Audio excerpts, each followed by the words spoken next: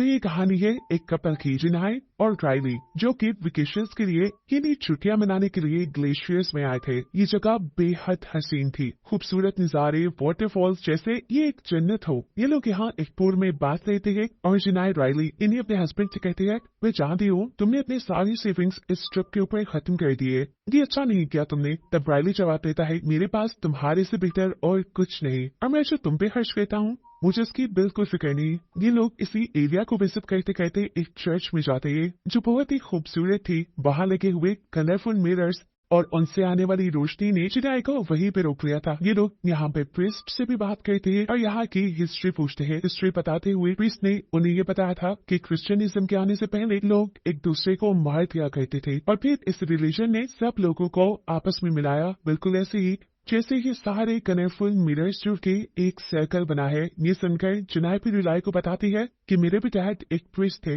लेकिन उनका चर्च इतना खूबसूरत नहीं था। इनको यहाँ आए तकरीबन काफी दिन गुजर चुके थे।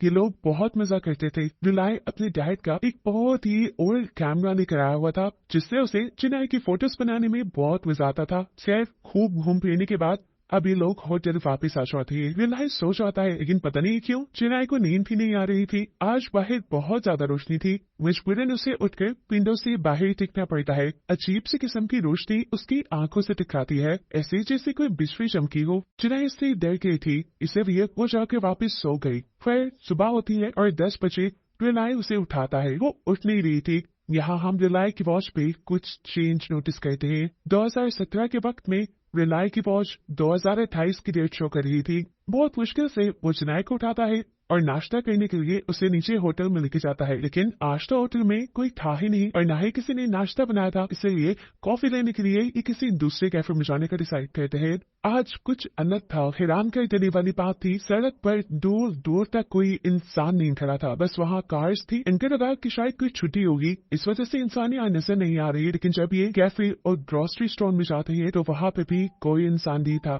ऐसी सिचुएशन में इनका दिमाग ही उल्टा हो गया। काफी देर तक ये इंसानों को ढूंढते रहे, दूर दूर तक चलते रहे, जहाँ तक कि इन्होंने गाड़ी ली और ये दूसरे शहर तक देखते रहे, लेकिन कोई इंसान इन्हें नहीं मिला। परेशान कर देने वाली बात थी। रिलाई कहता है, कहाँ जा सकते हैं दुनिया के सारे इंसान? अगर तो ये कोई वबा है और वबा से लोग मर गए तो उनकी लाशें कहाँ है? वो युगे ये सब कुछ एलियंस की वजह से हुआ है, तो एलियंस की शिप कहाँ पर है? किस चीज को सोचे, क्या अंदाजा लगाए? यहाँ पर राइली और जिनाय दोनों अपने घरों में कॉल करते हैं, लेकिन कोई कॉल पिक नहीं कर रहा था उनकी। ये लोग एक कैफे में जाकर टीवी ऑन करते हैं।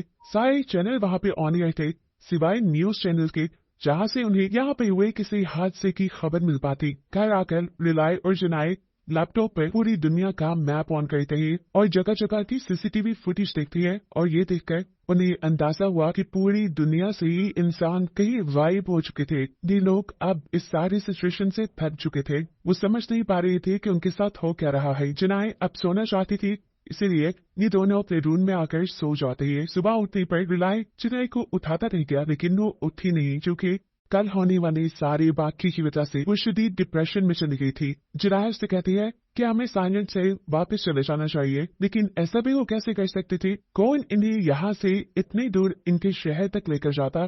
अब जिनाय रिलाई से सवाल करती है, तुम सोचो ये क्या हो रहा है हमारे साथ? क्या हमें गॉड ने चूज किया है इस दुनिया में आखिरी इंसानों के तौर पर? इस सब का जवाब तो रिनाय के पास भी नहीं था। असल में रिनाय को गॉड पे इतना यकीन नहीं था। वो जिनाय से कहता है, मुझे लगता है कि ये सब किसी वायरस की वजह से हुआ है। हम सोते रह गए और सब लोग वायरस का शिकार होकर मर गए, या कहने दुनिया से ही वाइप हो गए, कुछ इस तरह से कि उनकी बॉडीज तक दुनिया से खत्म हो गई। अब रिलाय जिनाय के लिए कॉफी बनाता है और फिर कुछ देर बाद ये दोनों ग्रोसरी स्टोर पे जाते हैं। अब पैसे तो उन्हें देने नहीं थे, इन लोग देव भाई की शॉपिंग करते हैं। होटल रूम में अब इन्हें रहने की जरूरत ही क्या थी? दुनिया में जब कोई इंसान ही नहीं था, तो ये लोग इस शहर का सबसे जगह ढूंढते हैं और वहाँ रहने का डिसाइड करते हैं। जिसके बाद ये दोनों दोबारा शॉपिंग पे जाते हैं। वो सारी चीजें खरीदते हैं जो ये कभी अफोर्ड नहीं कर सकते थे। रिलाई को लग रहा था कि इस तरह जिनाय का माइंड थोड़ा डाइवर्ट हो जाएगा। उसकी कोशिश कामयाब भी हुई, लेकिन ज्यादा नहीं।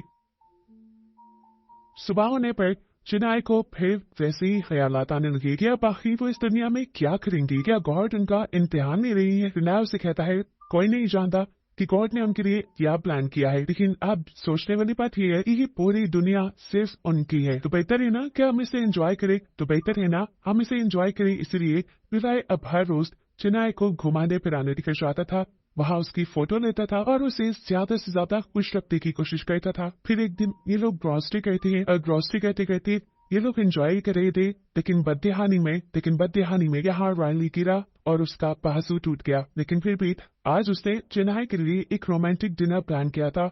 चिनाई तैयार शेयर होकर यहाँ डिनर के लिए आ तो जाती है, लेकिन वो सारा माहौल अच्छा नहीं रख पाती क्योंकि उसके दिमाग से रिलाई को लगी चोट निकल ही नहीं रही थी। वो उसे कहती है, तुम्हें अपना ध्यान रखना चाहिए था, तुम इतने बदयान कैसे हो सकते हो? देखो, अगर तुम्हें कुछ हो गया तो मेरा क्या होगा? मैं इस दुनिया में अकेली रह जाऊंगी। वो रिलाई से कहती है, अब तुम मुझसे वादा करोगे आइंदा के बाद तुम ऐसा कोई काम नहीं करोगे जिससे तुम्हारी जान को कोई रिस्क हो। चिनाई आज होने वाले हादसे के बाद डिप्रेशन में चली गई थी क्योंकि वो कॉन्टिन्यूसली यही सोच रही थी कि अगर रिलाई को कुछ हो जाता है तो वो तो इस दुनिया में अकेली रह जाएगी। हालांकि रिलाई ने उससे वादा भी किया कि वो उसे छोड़ के कहीं नहीं जाएगा, वह हमेशा उसका ख्याल रखेगा। अब एक दिन चिनाई परेशान बैठी होती है, रिलाई से पूछता है क्या बात है, और वो बताती है उसे वो डायरी याद आ रही है जो उसकी डैड ने उसे दी थी, जिसपे स्टोरीज लिख लिख के उसने अपने करियर की शुरुआत की थी। यानी वो एक राइटर थी। वो चाहती थी कि अब होने वाली वो ये सारी कहानी भी उसी डायरी में लिखे। तब रिलाई इसे समझाता है, अगर हम इस सारी सिचुएशन से सरवाइव कर गए तो जरूर ये कहानी पर लिखेंगे। खैर, अब वक्त गुजरता है और 1 साल बाद हमें दिखाया जाता है कि इन दोनों की हालत काफी बुरी होती जा रही थी। हालांकि इन्हें कमाने की जरूरत नहीं थी, ये जो भी चाहते थे ग्रोसरी स्टोर से ले आया करते थे, लेकिन अब ग्रोसरी स्टोर की चीजें भी एक्सपायर होने लगी थी। रिलाई को उससे फर्क नहीं पड़ता था, लेकिन चिनाई तो बहुत ज्यादा परेशान होती जा रही थी। वो उससे पूछती है, तुम टेंशन में क्यों नहीं हो? देखो, एक दिन आएगा कि बिजली भी यहाँ से खत्म हो जाएगी, हमने जितना मीट स्टोर किया है वो भी खाने के काबिल नहीं रहेगा। तब रिलायो से कहता है, अरे टेंशन लेने वाली क्या बात है, फिर हम जाकर हंटिंग और गैदरिंग किया करेंगे, यानी शिकार किया करेंगे और जंगलों से चीजें इकट्ठी करके लाया करेंगे। चिनाई को ये भद्दा मजाक लग रहा था, लेकिन रिलाई सीरियस था। अब चिनाई का मूड ठीक करने के लिए वो उसे ले जाता है दोबारा माने फिराने। वो उसे एक ऐसी जगह लेकर गया था जिसे दुनिया का हार्ट माना जाता है कि बहुत ही खूबसूरत जगह थी। थोड़ा ही चलते हुए ये लोग एक ऐसी जगह पहुंचते हैं जहाँ एक टूटा और तबाह हुआ प्लेन पड़ा था, जिसे देखकर रिलाई तो बहुत एक्साइटेड हुआ, लेकिन चिनाई का मूड और भी ज्यादा खराब हो गया। वो रिलाई से कहती है, मुझे ये जहाज सिर्फ इस टूटी हुई दुनिया की याद दिलाता है जहाँ पर सब खत्म हो गया, बिल्कुल इस जहाज की तरह। वो गुस्से में अब यहाँ से कार लेकर चली जाती है। उसने रिलाई को यहाँ अकेला ही छोड़ दिया था और इस चीज से रिलाई को बिल्कुल फर्क नहीं पड़ा। उसने रात इसी टूटे हुए जहाज के अंदर गुजारी और फिर सुबह होते ही वो शहर को एक्सप्लोर करने के लिए निकल गया। उसे यहाँ जो भी चीज अच्छी लगती वो उसकी तस्वीर लेता। ऐसे ही एक्सप्लोर करते हुए वो एक हार्डवेयर शॉप के अंदर पहुंच जाता है, जहाँ से उसने जियोथर्मल प्लांट बनाने का एक सामान लिया, जिससे ये लोग बिजली भी बना सकते थे और पानी भी स्टोर कर सकते थे। ऐसे ही चीजें लेते लेते वो एक मॉल के अंदर जाकर इन्वर्टर चला लेता है। ये सोचने बगैर कि अगर बिजली चली गई तो वो तो इसके अंदर फंस के रह जाएगा और कोई उसे निकालने वाला नहीं होगा, कोई उसकी मदद को नहीं आएगा, चूंकि इस दुनिया में कोई है ही नहीं। पर खैर, उसकी सारी सोचें सोचे ही रह जाती है और ये एलिवेटर खुल जाता है। दूसरी तरफ अब चिनाई को दिखाया जाता है जो कि एक कंट्री साइड पे थी। वहाँ कुछ कुंवरे थे जिनके साथ उसने अपना दिल लगा लिया था। वो यहाँ की खूबसूरती एंजॉय करती थी, लेकिन फिर भी कहीं ना कहीं उसे कमी थी किसी चीज की। वो आज अपने फोन में अपने कजन्स, अपने फ्रेंड्स सबकी वॉइस रिकॉर्ड सुनती है और फिर उसे एहसास होता है कि उसे दोबारा रियलाइज से मिल लेना चाहिए। ये दोनों मिलने का डिसाइड करते हैं और फाइनली ग्लेशियर्स में मिलते हैं। चाहे रिलाई चिनाई को दोबारा देखकर बहुत ज्यादा खुश था और चिनाई से देखकर हैरान थी कि वो ना हिम्मत वाला है, अभी तक बिना टेंशन के हर चीज की फोटो लेता है। हालांकि वो ये भी जानता है कि वो इन फोटोज को डिवेलप नहीं कर पाएगा। खैर, अब शहर इनके लिए बोरिंग होता जा रहा था, साथ ही साथ शहर के अंदर फैसिलिटीज भी खत्म होती जा रही थी। इसीलिए ये लोग डिसाइड करते हैं कि ये किसी नदी के किनारे या जंगल में जाकर रहेंगे। ऐसे ही किसी घर की तलाश में ये लोग निकल जाते हैं और एक आध दिन के बाद इन्हें ऐसा घर मिल भी जाता है। ये घर सच में बहुत खूबसूरत था और यहाँ से दिखने वाली नजारे भी। ये लोग जब इस एरिया को एक्सप्लोर कर रहे थे तो यहाँ सरप्राइजिंगली इन्हें एक बूढ़ा इंसान मिला। ये बूढ़ा इंसान इनको देख कर डर जाता है, लेकिन रिलाई उसे काम डाउन करता है कि बूढ़ा इंसान खाना ना मिलने की वजह से काफी कमजोर हो गया था। इस ओल्ड कपल का मानना था कि अब कयामत आ चुकी है, यानी ये दुनिया खत्म हो रही है और वो इस दुनिया पे रहने वाला आखिरी इंसान है। लेकिन वो भी इन दोनों को देखकर शौक था कि दोनों उसे घर के अंदर लेकर जाते हैं और उसे खाना देते हैं। चिनाई इससे सवाल करती है कि आखिर आपको कैसे पता चला कि आप इस दुनिया में अकेले रह गए? जवाब में वो बताता है कि मैं एक फिशरमैन था। एक दिन जब मैं मछलियां पकड़ के घर आया तो सभी लोग मेरे से नाराज थे, मेरे साथ जिंदगी गुजार के वो खुश नहीं थे। बस इसी दुख में मैं सो गया और सुबह जब उठा तो मेरी एज के कोई भी नहीं था। चिनाई पूछती है, आपको कोई टेंशन नहीं हुई? वो जवाब में बताता है, टेंशन कैसी? मेरा गॉड पे बिलीव है, उसने कुछ तो प्लान किया होगा और उसी का कोई प्लान हम सर अंजाम दे रही है। चिनाई इससे बात करके काफी रिलैक्स फील कर रही थी। कुछ ये भी था कि वो इतने दिनों में रिलाय के अलावा किसी दूसरे इंसान से मिली थी। आज उसे नींद भी अच्छी आती है, लेकिन सुबह उसे जब रिलाय ने उठाया इस बुरी खबर के साथ कि वो ओल्ड मैन मर चुका है, तो उसने एक और मर्तबा अपने हवास खो दिए। ये लोग इस ओल्ड मैन को घर के बाहर बने हुए एक छोटी सी ग्रेवयार्ड में दफन कर देते हैं। शायद ही उसकी फैमिली का ही ग्रेवयार्ड था। जिसके बाद ये लोग निकल जाते हैं। रिलाय उससे पूछता है, कहाँ जा रही हो तुम? चिनाई जवाब देती है कि हमारे अलावा भी इस दुनिया में कुछ ऐसे लोग हैं जो अभी तक बचे हुए हैं और हमारी ही तरह किसी की मदद की तलाश में है। हमें जाकर उन्हें ढूंढना चाहिए। विलाय उसे समझाने की भी कोशिश करता है कि वो ओल्ड मैन जो हमें मिला वो सिर्फ एक एक्सीडेंट था, ऐसे और लोग नहीं हो सकते। लेकिन वो विलाय की बात नहीं मानती और घर घर जाकर लोगों को ढूंढना शुरू करती है। और जिस घर में कोई भी नहीं था उस घर पे वो रेड किले की टेप से निशान बनाती जा रही थी। जब जिनाई अपने मिशन पे थी तो विलाय अपने मिशन पे था। वो अपने घर के लिए एक जियोथर्मल प्लांट बनाता है जो पानी भी स्टोर कर पाए और उन्हें बिजली भी प्रोवाइड कर दे।